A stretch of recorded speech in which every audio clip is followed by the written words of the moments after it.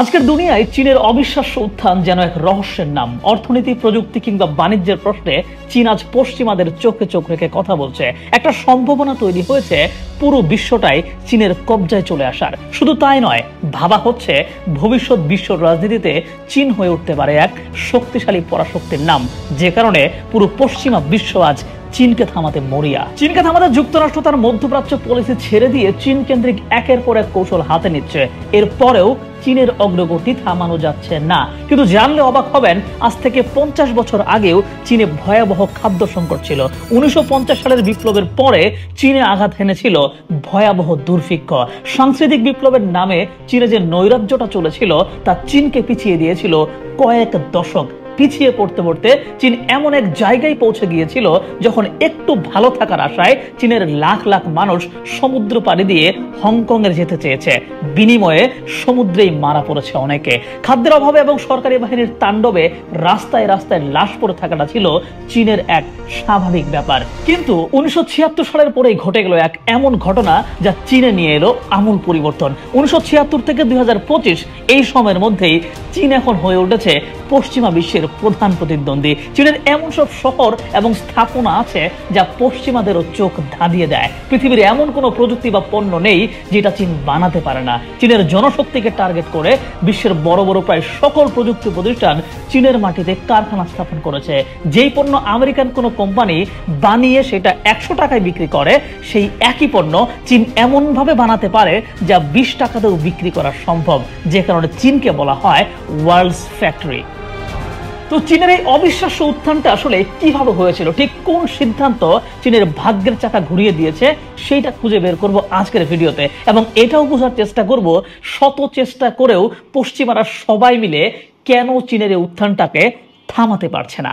তো আলোচনা শুরুর আগে মনে করিয়ে দেই, আপনি যদি আমার চ্যানেলে নতুন হয়ে থাকেন কিংবা পুরাতন অথচ চ্যানেলটা এখনো সাবস্ক্রাইব করেন নাই, তবে এখনই সাবস্ক্রাইব করুন। একটু ইতিহাস থেকে যদি দেখি তবে চীনের 3টা ফেজ আমরা দেখতে পাবো। প্রথমত 1949 সালের আগের ফেজ, যখন চীনের রাজতন্ত্র এবং পরবর্তীতে পুঁজিবাদী শাসন ছিল। এরপর 1949 থেকে 1976 সাল পর্যন্ত ছিল কমিউনিজম এবং উগ্র কমিউনিস্ট শাসন, এবং 1976 সালের পর থেকে চীন হয়ে উঠেছে রিপাবলিক চায়না। মূলত 1839 সালে ব্রিটিশদের সাথে চীনেরা আফিম যুদ্ধে জড়ায় এবং পরাজিত হওয়ার মধ্য দিয়ে তারা ব্রিটিশ সাম্রাজ্যবাদের থাবায় পড়ে যায়, যা চীনের অর্থনীতিকে ভেঙে দেয়। এইটা পরবর্তী 100 বছর চলে।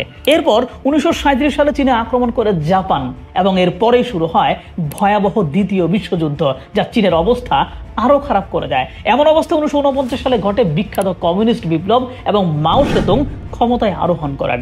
মানে এমনিতে চীনের অর্থনৈতিক অবস্থা খারাপ ছিল, তার মধ্যে বিপ্লব ঘটিয়ে নতুন সরকার। তো বুঝতেই পারছেন চীনের অবস্থা আসলে কতটা নাজেহাল হয়ে গিয়েছিল। আর এই ভঙ্গুর অর্থনীতির মধ্যেও চীনে পুরোপুরি কমিউনিজম বাস্তবায়ন করতে গিয়ে 1958 সালের দিকেই চীনের দুর্ভিক্ষ নামিয়ে আনেন মাও সেতুং। এরপর কিছু মানুষ তার বিপক্ষে কথা বলতে শুরু করে, এবং কথা বলতে শুরু করলে কমিউনিস্ট বাহিনীর মাধ্যমে তাদেরকে দমন করা হয়। তিনি চিন্তা করে দেখলেন, মানুষ যদি বেশি শিক্ষিত এবং সচেতন হয়ে যায় তবে তারা তো তার ক্ষমতার ক্ষেত্রে বাধা হয়ে দাঁড়াবে। তাই সাংস্কৃতিক বিপ্লবের নামে 1966 সালে এক বিপ্লব তিনি শুরু করেন, যার আওতায় চীনের শিক্ষা প্রতিষ্ঠানগুলো বন্ধ করে দেওয়া হয় এবং মানুষকে গ্রামে গিয়ে চাষবাস এবং কারিগরি কাজ করতে বলা হয়। এ সময় সরকারি বাহিনীর মাধ্যমে ধনীদের সম্পত্তির লুটপাটের ঘটনাও ঘটে। চীন পড়ে যায় অর্থনৈতিক এবং প্রযুক্তিগত উন্নয়ন থেকে অনেক অনেক পিছিয়ে। মৃত্যু, ক্ষুধা, আহাজারি এবং দারিদ্রতা ছিল তখন চীনের নিত্য সঙ্গী। মূলত বিরোধী মতকে দমন করে এবং জনগণকে হাতের মুঠোয় রেখে নিজের ক্ষমতাকে পাকা করতেই এসব করছিলেন মাও সেতুং। কিন্তু 1976 সালে মাও সেতুংয়ের মৃত্যু ঘটে। সাথে সাথেই কমিউনিস্ট দলের যে অংশটা প্রগতিশীল চিন্তা করত, তারা তাদের এক নেতাকে এনে চীনের ক্ষমতায় বসায়, যার নাম ড্যাং জিয়াওপিং। মূলত এই সময় গুরুত্বপূর্ণ সিদ্ধান্তগুলো কয়েকজন মিলে বোর্ড মিটিং এর মাধ্যমে নেওয়া হতো। এরপর তাদের একের পর এক সিদ্ধান্ত চীনকে পাল্টে দিতে শুরু করে। 1977 সালে চীনের শিক্ষা ব্যবস্থা পুনরায় চালু করা হয়। কিন্তু 1980 সালের দিকে ড্যাং জিয়াওপিং বুঝতে পারেন যে বিশাল জনসংখ্যা যেমন চীনের একটা সমস্যা, কিন্তু এই জনসংখ্যায় চীনের গেম চেঞ্জার হতে পারে। তিনি ইউরোপ, জাপান প্রভৃতি দেশ ভ্রমণ করলেন এবং নিজের দেশে বিদেশিদের বিনিয়োগ করতে আমন্ত্রণ জানালেন। ঠিক যেই প্রক্রিয়ায় মালয়েশিয়া বদলে যাচ্ছিল, সিঙ্গাপুর বদলে যাচ্ছিল, সেই প্রক্রিয়ায় চীনের প্রেসিডেন্ট বিশ্বের সকল দেশকে তার দেশে এসে বিনিয়োগ করতে আহ্বান জানান। এই জায়গায় একটা কাজ তিনি খুব কৌশলে করেন, আর তা হলো নিজের দেশের জনসংখ্যাকে তিনি কারিগরিভাবে দক্ষ করে গড়ে তোলার উদ্যোগ নেন। তিনি প্ল্যান করেন এইভাবে যে বিদেশিরা আমার দেশে বিনিয়োগ করবে, কারখানা স্থাপন করবে, কিন্তু সেখানকার সকল শ্রমিক সরবরাহ করব আমি, এবং সেই শ্রমিকরা হবে দক্ষ। এই দক্ষ শ্রমিকরা ওইসব বড় বড় কারখানায় কাজ করে নিজেরা প্রযুক্তি জ্ঞান অর্জন করবে, যেইটা দিয়ে কিছুদিন পর চীনেই প্রতিষ্ঠিত হবে নিজস্ব সব কারখানা। আর এই লক্ষ্যে 1980 থেকে 1990 সালের মধ্যে চীনে প্রণয়ন করা হয় ভোকেশনাল এডুকেশন অ্যাক্ট। এর আওতায় চীন জুড়ে গড়ে তোলা হয় কারিগরি কলেজ, টেকনিক্যাল হাই স্কুল, বিশেষায়িত প্রশিক্ষণ কেন্দ্র। মূলত 1986 সালে চীনে কম্পালসারি এডুকেশন ল চালু করা হয়, যেটার মাধ্যমে স্কুল স্তরে কারিগরি শিক্ষাকে অন্তর্ভুক্ত করা হয়। এরপর 1988 সালে আনা হয় ভোকেশনাল এডুকেশন ল, যেটা অবশ্য 1996 সালে গিয়ে পরিপূর্ণ আইনে পরিণত হয়েছিল। তবে এর মাধ্যমে কারিগরি শিক্ষার পরিধি আরো বৃদ্ধি পায়। মানে ওই সময় চীনে বেশ শক্তভাবেই দুই ধরনের শিক্ষানীতি চালু হয়ে গিয়েছিল। এক, সাধারণ শিক্ষা, দুই, কারিগরি এবং প্রযুক্তিগত শিক্ষা। এই কারিগরি এবং প্রযুক্তিগত শিক্ষার আওতায় গড়ে ওঠে কয়েক স্তরের প্রতিষ্ঠান, যেমন মাধ্যমিক স্তরের পর 3 বছর মেয়াদী শিক্ষার জন্য টেকনিক্যাল সেকেন্ডারি স্কুল, কাজ শেখানোর জন্য এক ধরনের প্রশিক্ষণ স্কুল যাকে বলা হতো স্কিলড ওয়ার্কার্স স্কুল, উচ্চ মাধ্যমিক বা ডিপ্লোমা পর্যায়ের জন্য ভোকেশনাল কলেজ, এবং কর্মজীবীদের পুনঃপ্রশিক্ষণের জন্য অ্যাডাল্ট ট্রেনিং সেন্টার। আর এত কিছুর মূল উদ্দেশ্য ছিল বিশাল জনসংখ্যাকে দক্ষ করে গড়ে তোলা, কারণ দক্ষতা না থাকলে এরা আসলে কিছুই করতে পারবে না, এইটা প্রেসিডেন্ট বুঝেছিলেন। কিন্তু দুঃখের বিষয়, আমাদের দেশেও আয়তন অনুযায়ী বিশাল জনসংখ্যা আছে, কিন্তু এদেরকে দক্ষ করে গড়ে তোলার জন্য কোনো ডেডিকেটেড কাজ নাই। যে এই কারিগরি শিক্ষা বাংলাদেশে আছে সেটাও সমস্যায় জর্জরিত। সরকারের দুর্নীতি এবং জনগণের অসচেতনতা আমাদেরকে পিছিয়ে দিচ্ছে। সবচেয়ে দুঃসংবাদ হচ্ছে চীন 1980 সালের দিকে ওই সময়ের বৈশ্বিক চাহিদা বিবেচনায় কিছু দক্ষতার উপর ফোকাস করেছিল, আর বর্তমান সময়ে কিন্তু বৈশ্বিক চাহিদার তালিকায় অন্য কিছু দক্ষতা উঠে এসেছে, যেগুলো মূলত ডিজিটাল প্রযুক্তি নির্ভর দক্ষতা। আর এসবে আমাদের গুরুত্ব নাই। আজকের জামানায় কেউ যদি web development, app development, video editing ইত্যাদির মতো কাজে দক্ষ হয়ে উঠতে পারে, তবে তার আর কাজের অভাব হয় না। বিশেষ করে কেউ যদি ওয়েব ডেভেলপমেন্টের কাজ করতে পারে, তবে পুরো বিশ্বই তার জন্য ওপেন। বিশ্ব বাজারে এখন ওয়েব ডেভেলপমেন্টের মার্কেট প্রায় $80 বিলিয়ন। এই মার্কেট 2025 সালের মধ্যে $90 বিলিয়ন পার হয়ে যাবে। স্ট্যাটিস্টটা বলছে 2023 থেকে 2025 মধ্যে শুধুমাত্র ইউএসএতেই প্রায় 20 লক্ষেরও বেশি নতুন টেক জব তৈরি হয়েছে, যার বড় অংশ এই ওয়েব ভিত্তিক। কিন্তু আমাদের দেশে ওয়েব ডেভেলপমেন্ট নিয়ে অর্গানাইজড লেভেলে কাজ নেই বললেই চলে। যেখানে সুযোগ ছিল আমাদের তরুণদের এই ওয়েব ডেভেলপমেন্টে স্কিলফুল করে বিশ্ব বাজারে উন্মুক্ত করে দেওয়ার। কারণ এই মুহূর্তে বিশ্বের অন্যতম ফিউচার প্রুফ একটা দক্ষতা হচ্ছে এই ওয়েব ডেভেলপমেন্ট। আপনি যদি ওয়েব ডেভেলপার হতে পারেন, তবে আপনার সামনে অনেক অনেক কাজের অফার আসবে, যে কাজগুলো আপনি ঘরে বসেও করতে পারবেন। ওয়েব ডেভেলপমেন্টে দক্ষ হলে আপনার সামনে 4 থেকে 5টা জায়গায় কেরিয়ার গড়ে তোলার সুযোগ তৈরি হবে। যেমন আপনি ফ্রন্ট এন্ড ডেভেলপার হতে পারেন, ব্যাক এন্ড ডেভেলপার হতে পারেন, এআই স্পেশালিস্ট হতে পারেন, ওয়েব ডিজাইনার হতে পারেন, ওয়ার্ডপ্রেস ডেভেলপার হতে পারেন, ওয়েব অ্যাপ্লিকেশন ডেভেলপার, কিংবা আপনি একজন ফ্রিল্যান্সারও হয়ে উঠতে পারেন। ওয়েব ডেভেলপারদের জন্য ফাইবার, আপওয়ার্ক সহ জনপ্রিয় সব ফ্রিল্যান্সার মার্কেট প্লেসে 2024 সালে গড়ে 6 লক্ষেরও বেশি প্রজেক্ট পোস্ট হয়েছে। আর এআই এবং সেলস ডমিনেন্সের এই যুগে কিন্তু প্রতিটা কোম্পানি এখন তাদের ওয়েব প্ল্যাটফর্ম এবং ইউজার ইন্টারফেসে ইনভেস্ট করছে, যেটা মূলত ওয়েব ডেভেলপমেন্ট সম্পর্কিত। নেক্সট 10 ইয়ার্সে AI tools, automation, SaaS, edtech, health tech, fintech সবকিছুর কেন্দ্রবিন্দু হয়ে যাবে এই ওয়েব। এখন বলতে পারেন ওয়েব ডেভেলপমেন্ট শিখতে কি করতে হয়? এইটা শিখতে মূলত প্রোগ্রামিং শিখতে হয়। এখন হয়তো ভাবতেছেন প্রোগ্রামিং শেখাটা তো মনে হয় শুধু সায়েন্সের শিক্ষার্থীদের কাজ। না, আপনি যেই ব্যাকগ্রাউন্ডের হন না কেন, যদি আপনার আগ্রহ থাকে তবে আপনি প্রোগ্রামিং শিখতে পারবেন। আজকাল বিশ্বব্যাপী অনেক প্রতিষ্ঠানই আছে এই লাইনে, যারা আপনাকে অনলাইনে শিখিয়ে দক্ষ করে তুলতে পারে। তবে আমি আপনাকে বাংলাদেশে বেস্ট একটা প্রতিষ্ঠানের সন্ধান দিতে পারি যাদের কাজ সম্পর্কে আমি জানি। তার নাম প্রোগ্রামিং হিরো। প্রোগ্রামিং হিরো শুধু আপনাকে ওয়েব ডেভেলপমেন্ট শেখাবেই না, শেখানোর পর 100% জব প্লেসমেন্টেও আপনাকে পূর্ণ সহায়তা প্রদান করবে। যাদের 57টি দেশে গত 5 বছরে 4700+ স্টুডেন্ট জব কিংবা ইন্টার্ন পেয়েছে। ডেসক্রিপশনে এই নিয়ে বিস্তারিত থাকছে, আলোচনা থাকবে ভিডিওর পরের অংশ। এবং আপনি যদি এইটা নিয়ে আরো বিস্তারিত জানতে চান তবে ডেসক্রিপশন এবং কমেন্ট বক্স থেকে যেই ফর্মটা দেওয়া আছে সেটা ফিল আপ করে রাখেন। প্রোগ্রামিং হিরো আপনাকে নিয়ে একটা সেশন অ্যারেঞ্জ করবে যেখানে আপনার সকল প্রশ্নের উত্তর আপনি পেয়ে যাবেন। তো যে কথা বলছিলাম যে 1980 সাল থেকে 1990 সালের এই সময়ের মধ্যে চীনে কারিগরি শিক্ষা এবং শিক্ষার উন্নয়নের জন্য ব্যাপক পরিমাণে কাজ করা হয়। এর মাধ্যমে 1990 সালের কাছাকাছি সময়ে গিয়ে দেখা যায় দেশে প্রায় 90,000-এরও বেশি কারিগরি শিক্ষা প্রতিষ্ঠান গড়ে উঠেছে এবং প্রায় 1 কোটি শিক্ষার্থী কারিগরি শিক্ষায় যুক্ত হয়ে যায় এবং প্রতি বছর লাখ লাখ দক্ষ কর্মী শিল্প খাতে যুক্ত হতে শুরু করে। এই দক্ষ জনগোষ্ঠীকে আরো বেশি দক্ষ করে তুলতে চীনা সরকার আরেকটা কাজ করে। তারা বুঝতে পারে যে শুধু তথ্য নয়, এই লাখ লাখ শিক্ষার্থীদের সরাসরি কোম্পানির সঙ্গে কানেক্ট করাতে হবে। এই জন্য সরকারি এবং বেসরকারি উদ্যোগ নেওয়া হয়। ইন্টার্নশিপ এবং অন ক্যাম্পাস ওয়ার্কশপ বাধ্যতামূলক করা হয়। মানে ক্যাম্পাসের মধ্যেই ওয়ার্কশপ। মানুষ দক্ষ না হয়ে যাবে কোথায়? ধরেন যেসব মেশিন টুলস কোম্পানি আছে এরা শিক্ষার্থীদেরকে শেখায় যে কিভাবে সিএনসি মেশিন চালাতে হয়। আবার ইলেকট্রনিক্স ফ্যাক্টরিগুলো শিক্ষার্থীদের হাতে কলমে স্ক্রু জোড়া দেওয়া, সার্কিট বোর্ড বানানো ইত্যাদিও শেখায়। এরকম ভাবে দক্ষ জনগোষ্ঠী যখন চীনে বেড়ে যায় 1990 সালের পর থেকে, তখন বিদেশি বড় বড় প্রতিষ্ঠানগুলো চীনে বিনিয়োগ করতে আগ্রহী হয়ে ওঠে। তারা দেখে যে শ্রমিকের মূল্য এখানে কম কিন্তু শ্রমিক দক্ষ। যে আকর্ষণে ফ্যাক্সকন, এইচপি, অ্যাপল, নাইকি, স্যামসাং এর মতো প্রতিষ্ঠান চীনে বিনিয়োগ করে। তখন একটা উক্তি চালু হয়ে যায়, in China you can build a factory workforce of 10,000 in 10 days.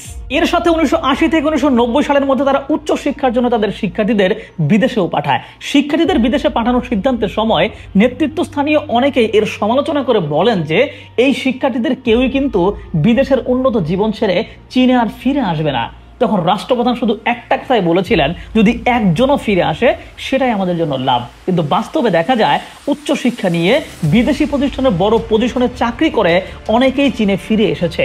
এরা এসে চীনের নতুন নতুন ব্যবসা দাঁড় করায়, কারখানা দাঁড় করায়। সেই সাথে বিশ্বের বড় বড় যেসব প্রতিষ্ঠান চীনে কারখানা স্থাপন করে সেইখানে কাজ করার সুবাদে চীনের কর্মীরাও অনেক কিছু শিখে নেয়, যেটা কাজে লাগিয়ে নিজেরা যার যার বাড়িতে ছোট পরিসরে ওই রকম পণ্য উৎপাদন শুরু করে দেয়। যেই কারণে দক্ষ কর্মীর পাশাপাশি চীন জুড়ে গড়ে ওঠে অসংখ্য ছোট বড় কারখানা। যেই কারখানাগুলোতে তৈরি হয় সস্তা মূল্যের ইলেকট্রনিক্স পণ্য সহ আরো অনেক পণ্য, যেগুলো ধীরে ধীরে বিশ্বের বাজার দখল করে নেয়। যেহেতু চীনের সম্পদের অভাব নাই, জনশক্তির অভাব নাই, তাই চীন অর্থনৈতিকভাবে ব্যাপকভাবে সামনে এগিয়ে যেতে থাকে। মানে চীন শুধু একটা জায়গাতেই ফোকাস করেছিল, আর তা হলো তার বিশাল জনসংখ্যাকে দক্ষ করার জন্য নানান উদ্যোগ হাতে নিয়েছিল, যেটাই চীনের বর্তমান সাফল্যের ভিত্তি রচনা করে দিয়েছে। আজকের চীন পশ্চিমা বিশ্বকে পাল্লা দিয়ে আর্টিফিশিয়াল ইন্টেলিজেন্স, চিপ তৈরি, গ্রিন এনার্জি, ইলেকট্রনিক ভেহিকল ইত্যাদিতেও এগিয়ে যাচ্ছে। অর্থনীতিতে সে ইতিমধ্যেই ইউরোপকেও পিছিয়ে ফেলে দিয়েছে। এখন জনসংখ্যা তো আমাদেরও আছে, আমরা কেন পারলাম না? কারণ আমাদের ওই চীনের মতো করে কারিগরি শিক্ষাটাকে সাজানো হয় নাই। বর্তমানে আমাদের দেশে কারিগরি শিক্ষার যে কাঠামো আছে তা এতটাই ত্রুটিপূর্ণ যে এখানে দক্ষতা বৃদ্ধির জন্য কেউ ভর্তি হলে এখান থেকে আরো অদক্ষ হয়ে বের হয়। সরকারের দক্ষতা উন্নয়নের প্রকল্পগুলোও নানান প্রশ্নে জর্জরিত। প্রতি বছর বিভিন্ন বিশ্ববিদ্যালয় এবং কলেজ থেকে লাখ লাখ শিক্ষিত মানুষ বের হচ্ছে, যারা না পারছে নিজেরা কিছু করতে, না পারছে অন্যের জন্য কিছু করতে। ফলে দিন দিন দেশে বেকারত্ব বেড়েই চলছে। আর এই বেকারত্বের কারণে দেশের ডেমোগ্রাফিক ডিভিডেন্ডের এই সময়টাতেও জনশক্তির পূর্ণ সুবিধাটা আমরা আদায় করতে পারছি না। যেখানে আমাদের দেশে প্রায় এখন 65% মানুষ কর্মক্ষম, সেখানে দক্ষতার অভাবে এই মানুষগুলোর শক্তিকে আমরা কাজে লাগাতে পারছি না। শিক্ষার্থীদের মাথায় ক্যারিয়ার বলতে শুধুই সরকারি চাকরি, আর বিপুল প্রতিযোগিতাপূর্ণ এই চাকরির পরীক্ষায় টিকতে গিয়ে পুরো ছাত্র জীবনে একটা দক্ষতাও তারা অর্জন করতে পারে না। ফলে জব মার্কেটে তারা মারাত্মকভাবে পিছিয়ে যায়। এখান থেকে বের হওয়ার উপায় কি? অন্যের দিকে তাকিয়ে না থেকে নিজের সুযোগ নিজে তৈরি করার জন্য নিজেকে যে কোনো একটা স্কিলে দক্ষ করে গড়ে তোলা। উন্মুক্ত প্রযুক্তির এই সময়ে কোনো একটা টেকনিক্যাল সেক্টর নিজেকে দক্ষ করে গড়ে তোলা কিন্তু আহামরি কষ্টের কোনো কাজ না। প্রয়োজন একাগ্রতা, ডেডিকেশন এবং সময় ইনভেস্ট করা। সরকার আপনার জন্য কি সুযোগ তৈরি করে দিবে তার দিকে তাকিয়ে থাকলে চলবে না। কিছুক্ষণ আগেই বলেছিলাম যে অনেক অনেক দক্ষতার মধ্যে ঠিক কেন এই ওয়েব ডেভেলপমেন্ট স্কিলটা একজন শিক্ষার্থীকে এগিয়ে রাখতে পারে, সেই সুযোগটা আমাদেরকে নিতে হবে। যে কেউ ফিউচার প্রুফ স্কিল হিসেবে এই ওয়েব ডেভেলপমেন্ট শিখে নিজেকে এগিয়ে রাখতে পারে। আর আমার দৃষ্টিতে ঘরে বসে ওয়েব ডেভেলপমেন্ট শেখার অন্যতম বেস্ট প্ল্যাটফর্ম হচ্ছে প্রোগ্রামিং হিরো।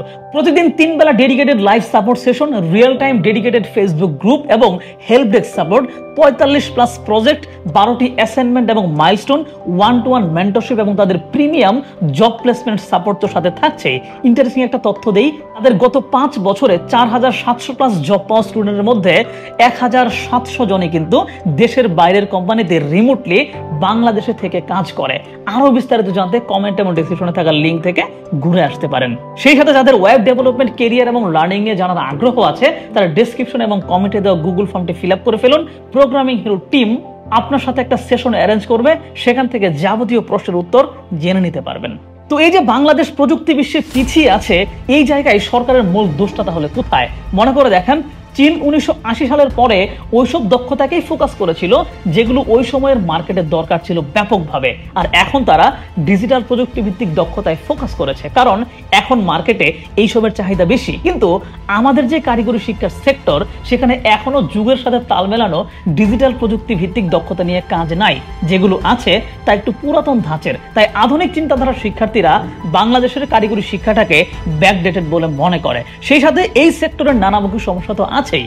মূলত বাংলাদেশে ডিজিটাল প্রযুক্তি ভিত্তিক দক্ষতাগুলো অর্জন করার একমাত্র উপায় হচ্ছে স্বীকৃত কোনো বিশ্ববিদ্যালয়। যে বিশ্ববিদ্যালয়ে আবার চাইলেই আপনি আপনার মনের মতো পছন্দের সাবজেক্টে পড়তে পারবেন না, যেটা ভাগ্য গুণে পাবেন সেটাতেই পড়তে হবে। তার মানে আপনি যদি নিজের পরিবর্তন করতে চান, যদি আপনি বিদ্যমান শিক্ষা ব্যবস্থায় পড়াশোনা শেষ করে বেকার বসে থাকতে না চান, কিংবা ডিজিটাল দুনিয়ায় একটা ভালো স্যালারির ক্যারিয়ার করতে চান, তবে সরকারের দিকে চেয়ে থাকলে চলবে না। প্রথমে বের করতে হবে যে বর্তমান বিশ্বের চাহিদা সম্পন্ন স্কিলটা কি, তারপর সেটা ফোকাস করতে হবে। যাই হোক, এখন আরেকটা প্রশ্নের উত্তর দেওয়া বাকি আছে, তা হলো এই যে চীনের উত্থান, অর্থনৈতিকভাবে সামনে এগিয়ে যাওয়া, এসবের কারণে কিন্তু পশ্চিমারা একজোট হয়ে চীনকে থামাতে চাচ্ছে। যেমন যেসব পথে চীন বিশ্ব বাণিজ্য করে, সেসব পথে সংকট তৈরি করতেছে পশ্চিমারা। আমরা ইতিমধ্যে জেনেছি যে চীনের সবচেয়ে গুরুত্বপূর্ণ বাণিজ্যের পথ দক্ষিণ চীন সাগর। এই পথে তাইওয়ানের মাধ্যমে সংকট তৈরি করা আছে। আবার মালাক্কা প্রণালী হয়ে চীন বাণিজ্য করে, এই পথেও মিয়ানমারের উপকূলীয় অঞ্চলে সংকট বাঁধিয়ে বাধা তৈরি করা হচ্ছে। বাণিজ্য থামাতে চীনের পণ্যের উপর বিপুল পরিমাণ শুল্ক আরোপ করছিল যুক্তরাষ্ট্র। তৈরি করেছে আইপিএস এর মতো স্ট্র্যাটেজি এবং অকাস এবং কোয়াডের মতো স্ট্র্যাটেজিক জোট। কিন্তু এত কিছুর পরেও এই পথে কি পশ্চিমারা সফল হতে পারবে? আমার মনে হয় তারা সফল হতে পারবে না। এটা মনে হওয়ার পিছনে কয়েকটা কারণ আছে। এক, চীন অনেকটা স্বয়ংসম্পূর্ণ দেশ, ওদের নিজেদেরই অনেক কিছু আছে, পুরো সম্পদে ভরপুর তারা, তো যতই বাধা আসুক ওদের নিজেদের কাজ বন্ধ হবে না। দুই, চীনের সাথে যারা বাণিজ্য করে তারা অনেকটা কম দামে নানান ধরনের পণ্য সেখান থেকে পায়। যেমন যুক্তরাষ্ট্রের আইফোন যে দেশ এফোর্ড করতে পারবে না, চীন তাদের জন্য শাওমি, রেডমি ইত্যাদি অফার করে। আর এই ধরনের প্রয়োজন মেটাতে ওই দেশগুলি বরং চীনের সাথে সম্পর্ক ছিন্ন করবে না, কারণ চীনের বিকল্প হিসেবে পশ্চিমারা কেউ এসে হাজির হতে পারবে না। তৃতীয়ত, সাম্প্রতিক সময়ে প্রমাণিত হয়ে গেছে যে চীন শুধু অর্থনৈতিকভাবে আগায়নি, সে সামরিক খাতেও ব্যাপক উন্নয়ন সাধন করেছে। সো সহজে তাকে ঘায়েলও করতে পারবে না কেউ। এখন দেখা যাক চীন আরো কতদূর আগায় যায় আর আমরা এই লাইনে কি করতে পারি।